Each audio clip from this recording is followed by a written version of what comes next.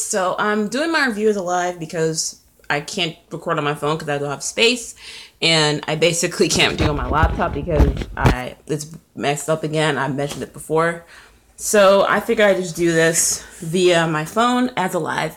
I'm probably going to make this kind of condensed because I did a review for it last night via live, but it was kind of too long and it took forever to process and it didn't go through. So I'm just going to run through the main plot and the stuff in the movie that I liked and didn't like so we can have a full in. So side note, 50 Shades Freed is not only the last book, but the longest book in the franchise. So it's really hard to condense all of their stuff in an hour and 46 minutes. So I'm just going to go for a quick rundown of everything. Sorry, y'all, I had to switch to data because this Wi-Fi is crazy. So overall plotline, we open up. Alright, so we open up with Anna and Christian's wedding. And it's kind of just like a quick run through, you know? And we just go straight to a honeymoon montage. We see them in like Monaco, just based on what I read in the book. And while they're on their honeymoon, Jack Hyde breaks into the Grey building and tries to set a fire. Luckily, it didn't do any bad damage, just there was one room, so it wasn't that bad. They fly back, and Anna is adjusting to her new role as Mrs. Grey. And when her and Christian have dinner, the subject of kids come up. Foreshadowing all the way. Basically, he's like, I don't want to share you. And, you know, Christian is very possessive and selfish. I'm like, dude, you a baby, man? You can be jealous of a baby. Okay, the next day, Anna goes to work. And at the time of Darker, she was a temporary editor. But basically, she got the permanent position.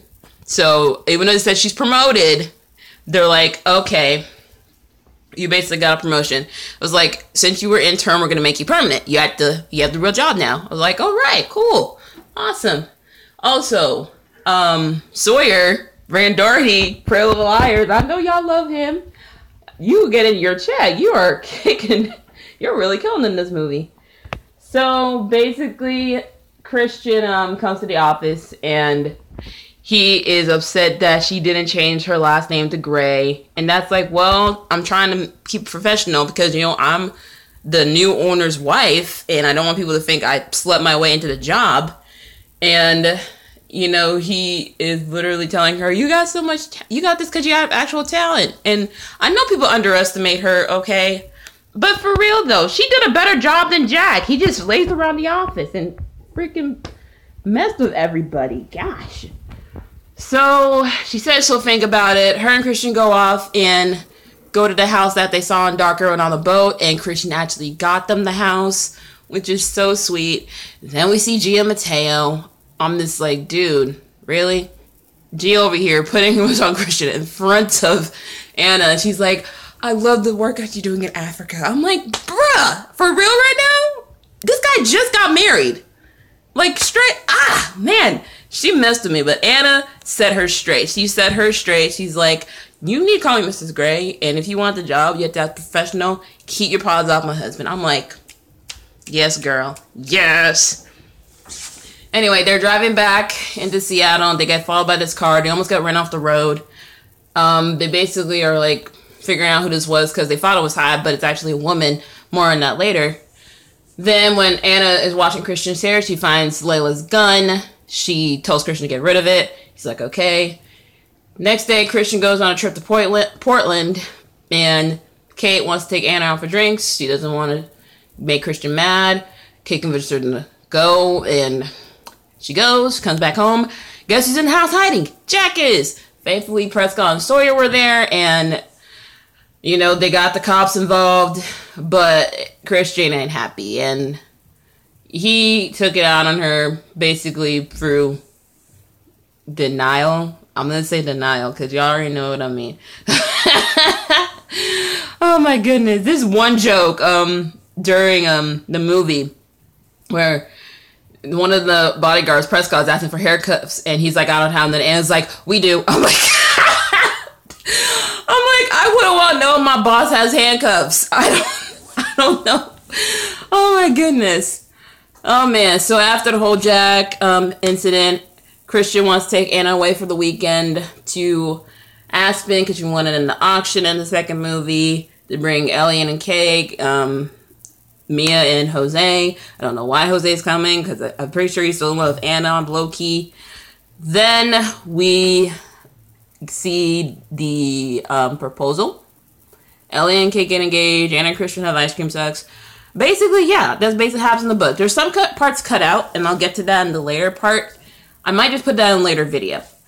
Then we get back to Seattle, and we find out that Jack is making the plea that Anna came on to him to get him out of the sexual harassment suit. He's still in jail for breaking and entering, possible kidnapping, but the whole sexual harassment suit may affect it.